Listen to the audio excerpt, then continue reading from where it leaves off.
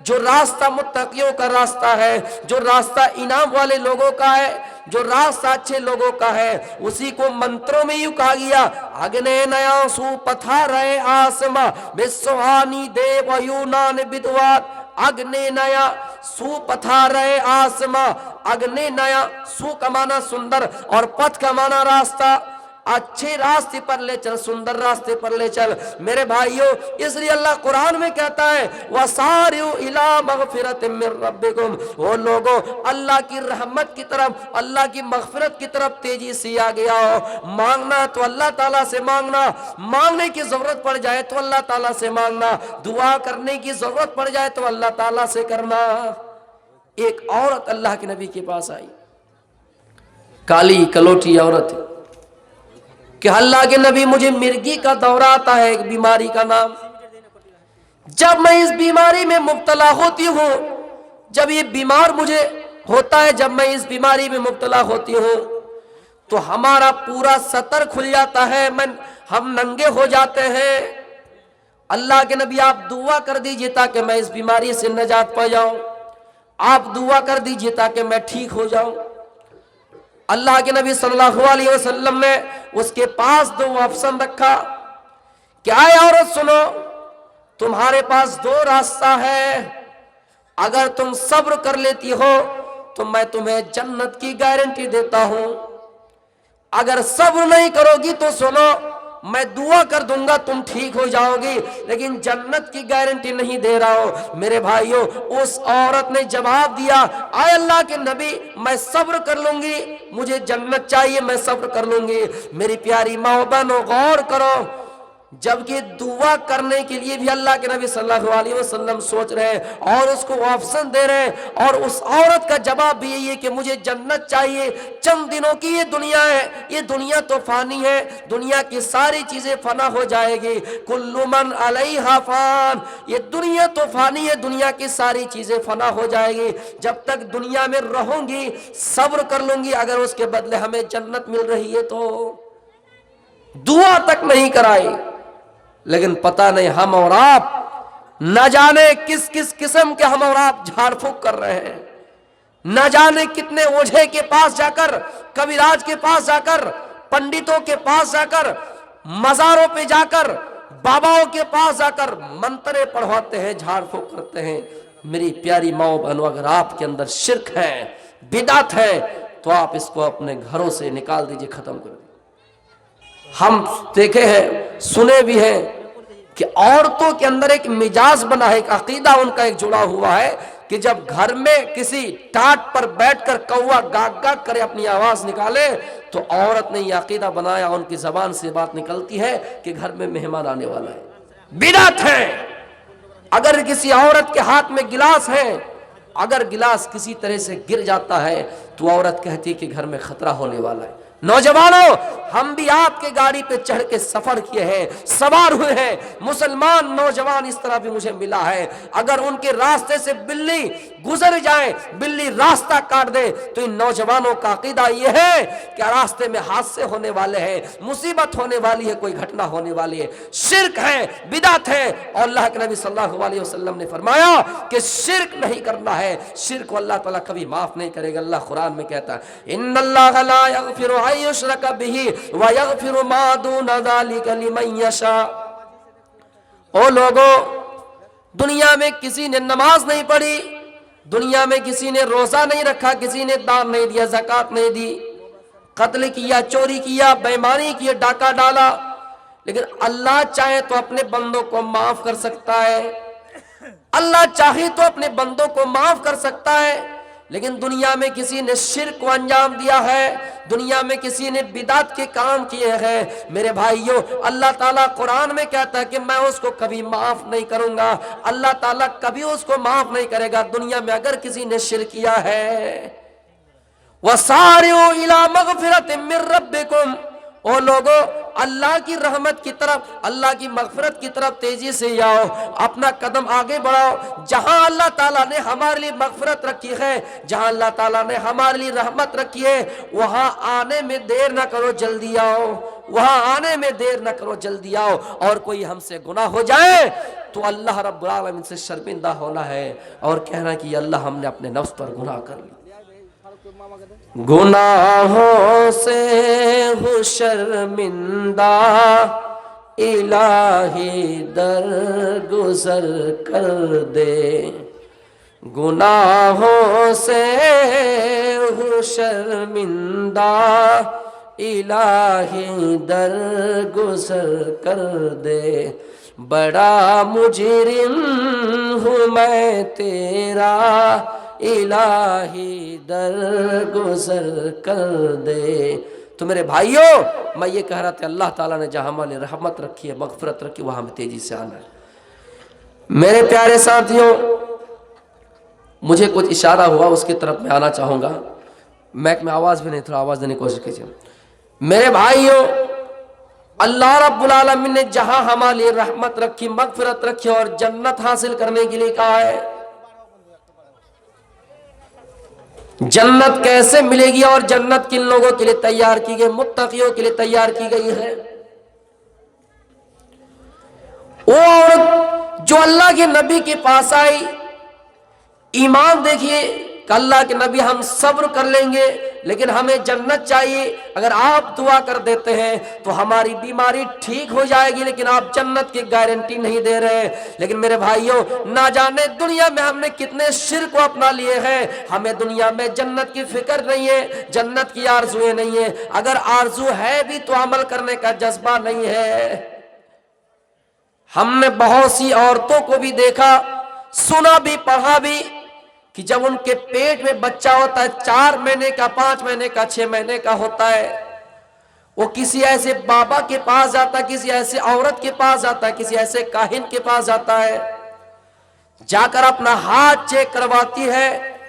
اگر کوئی لڑکی عورت یا کوئی بھی کسی کے پاس جا کر ہاتھ چیک کروائے، کاہن کے پاس جا کر چیک کروائے، میرے بھائیوں، وہ عورت کبھی دنیا میں کامیاب نہیں ہو سکتی، اس کے لیے اللہ تعالیٰ جنت حرام کر دیتا ہے۔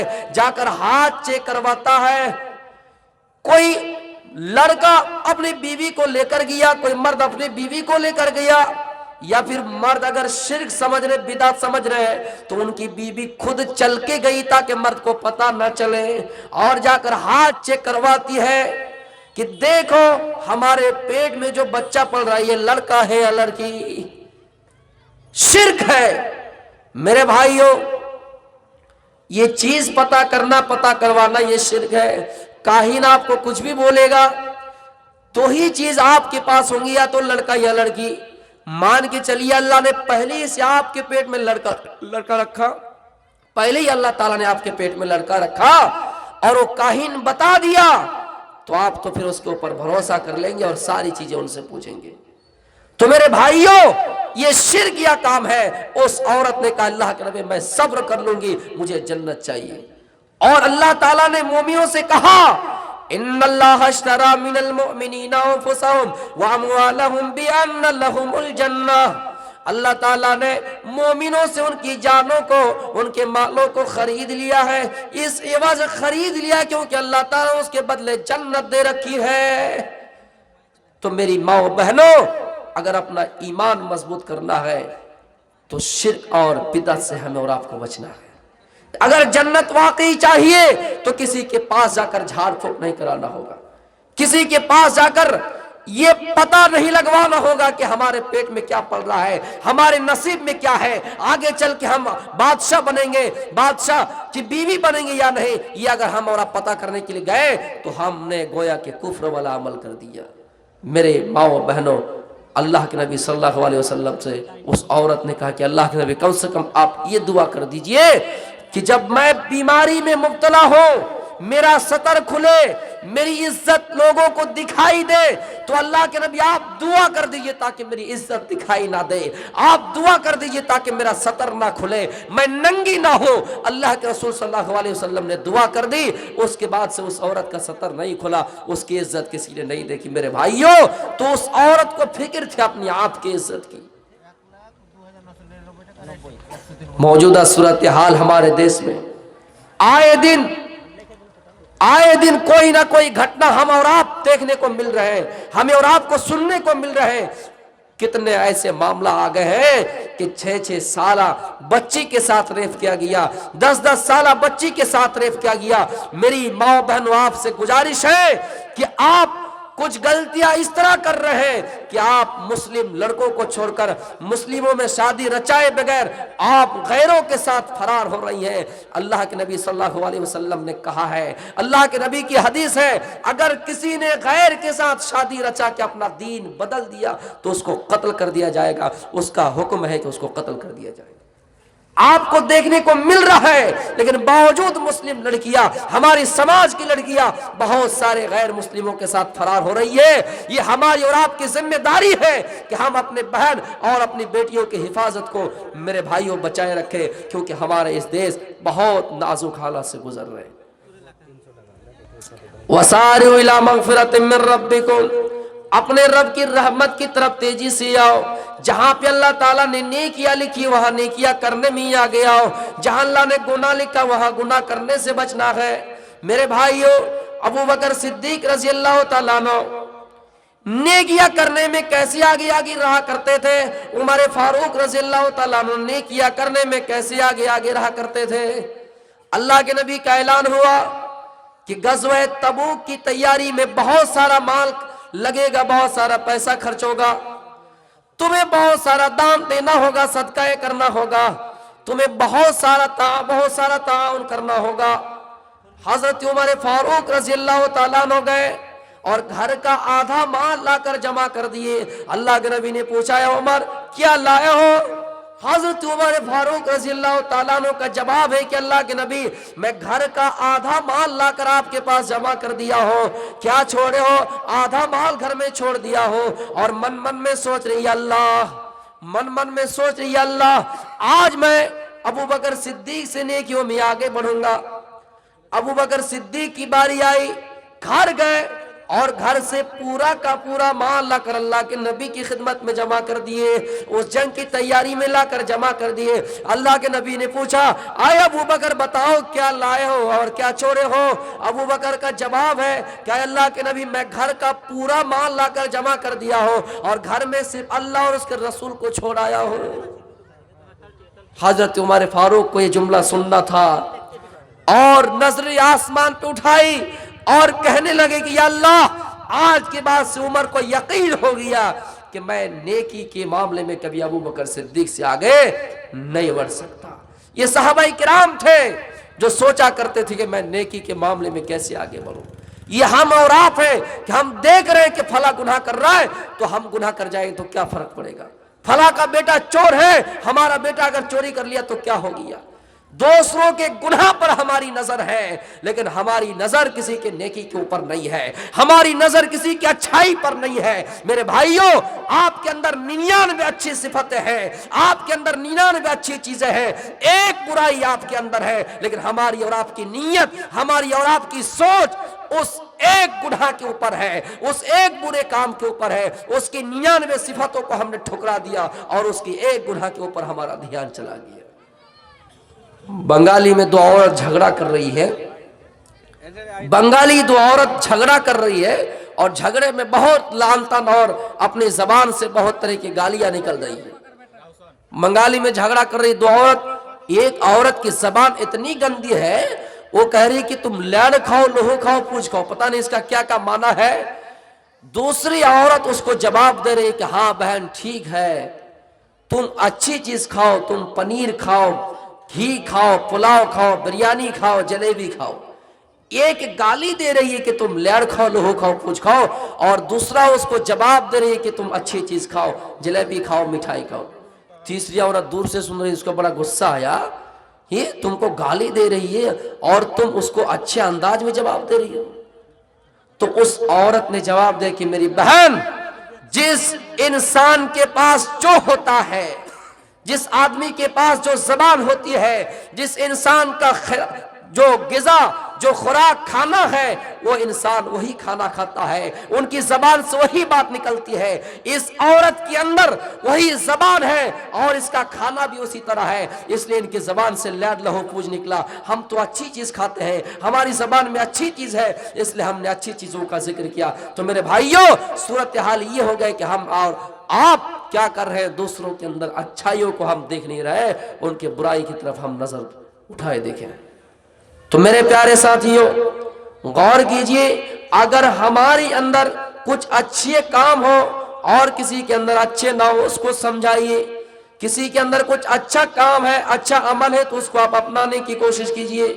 حضرت عمر فاروق رضی اللہ تعالیٰ عنہ سوچتے تھے کہ آئے اللہ، میں نیکی میں ابو بکر صدیق سے آگے بڑھوں گا، لیکن جب دیکھا کہ ابو بکر نے گھر کا پورا مال لا کر جمع کر دیا تو حضرت عمر فاروق رضی اللہ تعالیٰ عنہ کو یقین ہو گیا کہ اے اللہ، آج کے بعد سے عمر کو یقین ہو گیا کبھی بھی نیکی کے معاملے میں ابو بکر صدیق رضی اللہ تعالیٰ عنہ سے آگے نہیں بڑھ سکتا ہے۔ میرے پیارے ساتھیوں، ہم بھی اپنے اندر جذبہ پیدا کریں دان دینے کا، ہم بھی اپنے اندر جذبہ پیدا کریں صدقہ کرنے کا۔ جب مسجد کا جلسہ ہو، مسجد کی تعمیر ہو، ہمیں اور آپ کو یہاں بلانے کی ضرورت نہ پڑے، ہم خود چل کے آئے اور اپنا قدم آگے بڑھائیں کہ مسجد کی تعمیر ہو رہی ہے، ہم بڑھ چڑھ کے حصہ لیں۔ یہ صدقہ جاریہ میں شامل ہوگا، آپ کے مرنے کے بعد بھی آپ کا فائدہ دے گا۔ اللہ کے نبی کا اعلان تھا اور صحابہ کرام نے اتنا مال لا کر جمع کر دیا، اتنا مال لا کر جمع کر دیا میرے پیارے ساتھیوں، اور سوچنے لگے کہ میں نیکیوں میں کیسے آگے بڑھوں۔ میرے بھائیوں، ہمارے اندر بھی وہ جذبہ ہونا چاہیے، جب مسجد کے لیے آپ کو چندہ کے لیے کہا جائے تو آپ کو بلایا نہ جائے بلکہ آپ خود سے آ جائے۔ اسی کو تو اللہ کہتا وَسَارِعُوا إِلَى مَغْفِرَةٍ مِّن رَبِّكُمْ، اپنے رب کی رحمت کی طرف اور اپنے رب کی مغفرت کی طرف تیزی سے آگے آؤ۔ جو پوچھا نبی نے کہ کچھ گھر بھی چھوڑا تو صدیق اکبر کے ہونٹوں پہ آیا، وہاں مال و دولت کی کیا ہے حقیقت، جہاں جان لوٹانے کو دل چاہتا ہے، ستاروں سے یہ چاند کہتا ہے ہر دم، تمہیں کیا پتا ہے وہ ٹکڑوں کا عالم، اشاروں میں آقا کہ اتنا مزہ تھا کہ پھر ٹوٹ جانے کو دل چاہتا ہے۔ مجھے اشارہ ہوا ہے چندے کے لیے، تو آپ سے گزارش ہے کہ میری تقریر چلتی رہے اور آپ یہاں آ کر آخری ٹائم ہے، جتنا ہو سکے 100 200 500 1000 جو بھی ہو سکے آپ یہاں دے کے جائیں، اور ہماری ماں بہنوں سے گزارش ہے کہ آپ کسی کو ایک ذمہ دار بنائیے یا کوئی چادر لے کے جائیے، اس چادر میں دان کریں۔ تو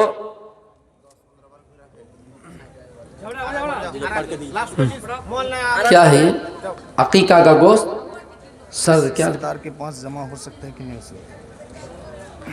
عقیقہ کا گوشت سردار کے پاس جمع ہو سکتا ہے، اس کی کوئی ضرورت نہیں ہے۔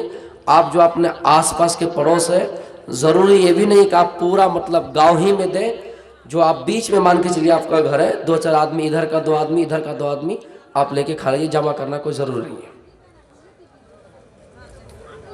فطرہ کا پیسہ سردار کو دینا کیسا ہے؟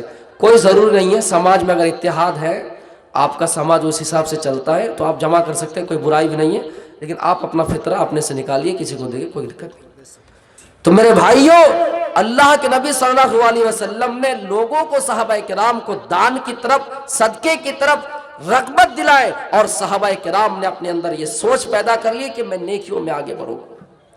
حضرت عثمان غنی رضی اللہ تعالیٰ عنہ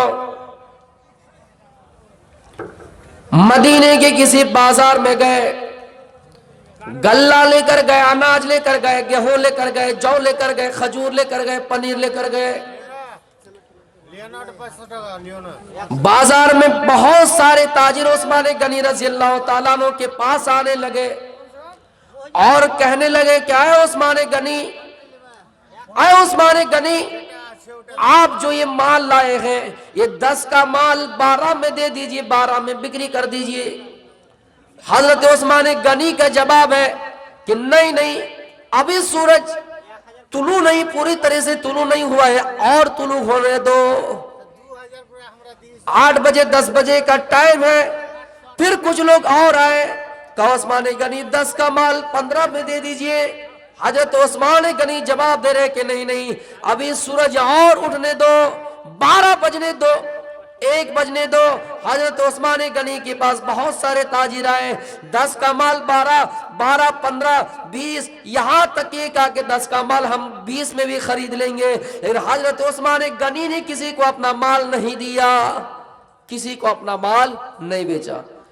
دور میں دیکھ رہا ہے ایک ننگے پیر جماعت کے کوئی آدمی آ رہے ہیں، ایک جماعت آ رہی ہے جن کے پیر میں چپل نہیں، جن کے کپڑے پھٹے ہیں، جن کے کپڑے پرانے ہیں، جن کے جسم میں کوئی کپڑا نہیں، پھٹے پرانے گندے حالت میں آ رہے ہیں، پیر میں چپل تک نہیں۔ حضرت عثمان غنی دور سے دیکھ رہا تو پہچان گئے کہ یہ فقیر ہے، مسکین ہے۔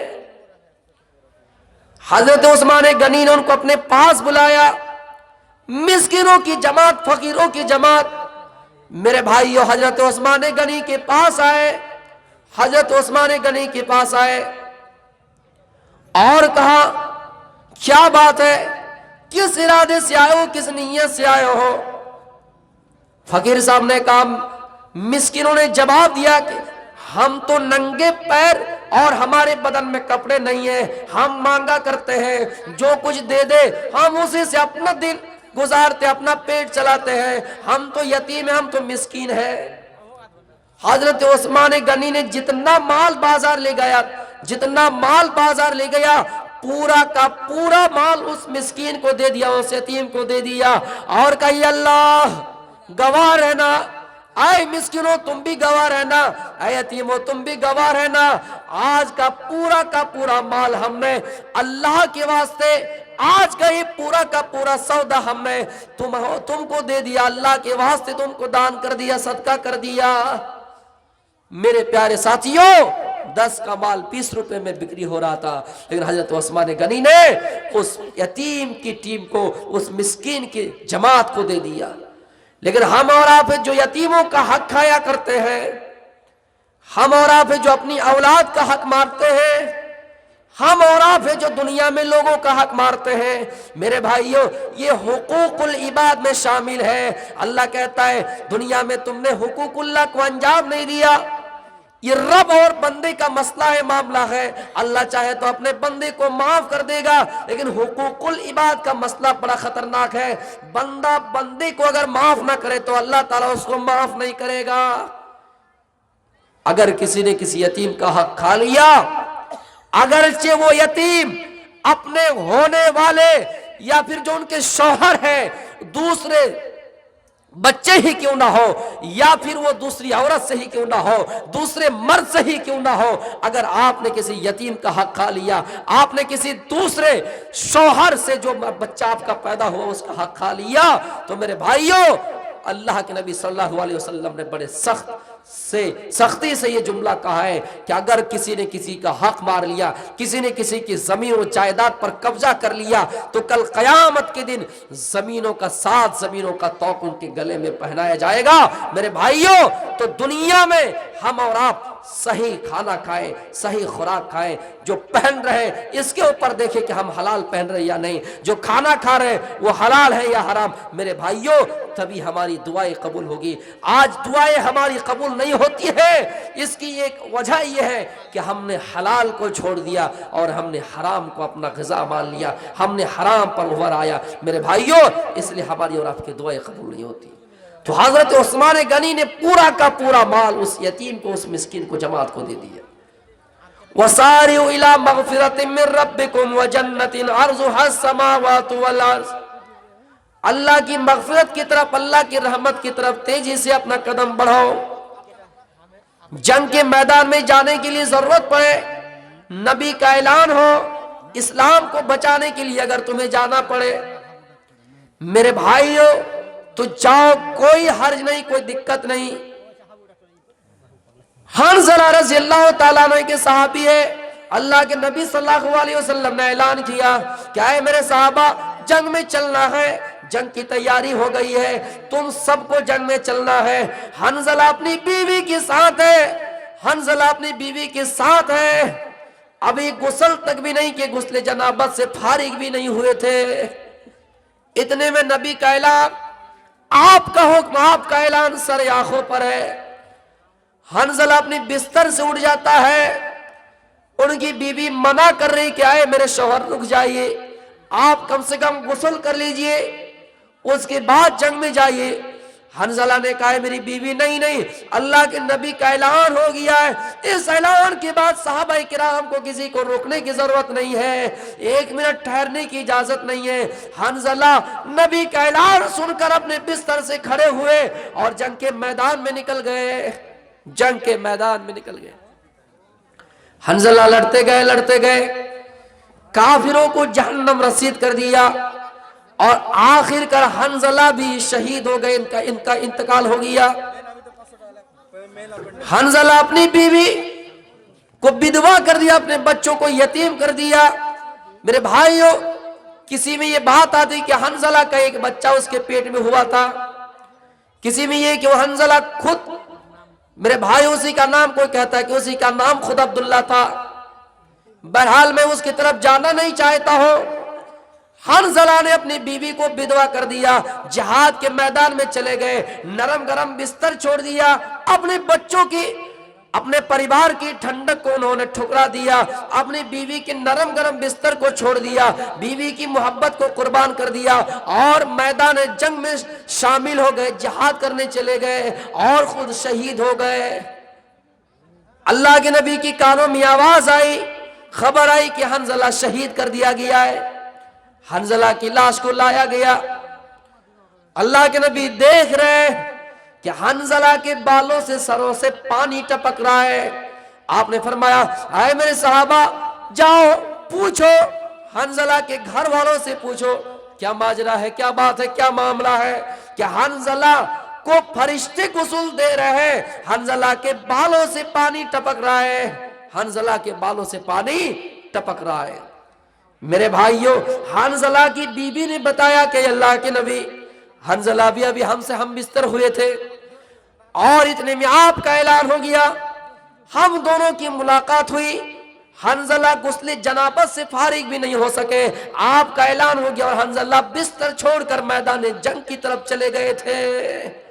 اچھا ایسی بات ہے، اس لیے حنظلہ کو فرشتوں نے غسل دیا، اور ایک ایک فرشتوں نے نہیں بلکہ 70,000 فرشتوں نے حنظلہ کو غسل دیا، اور اسی دن سے حنظلہ کا لقب غسیل الملائکہ پڑ گیا۔ میرے بھائیوں، یہ نرم گرم بستر چھوڑنے والے حنظلہ تھے، یہ صحابی تھے جو اللہ کے نبی صلی اللہ علیہ وسلم کی باتوں کو مان لیا اور میدان جنگ میں شامل ہو گئے۔ یہ ہم اور آپ ہیں جو اللہ کے نبی صلی اللہ علیہ وسلم کے فرمان کے مطابق زندگی کاٹ نہیں رہے اور اپنے آپ کو دعویٰ کر رہے کہ ہم سچے امتی ہیں، ہم سچے مسلمان ہیں۔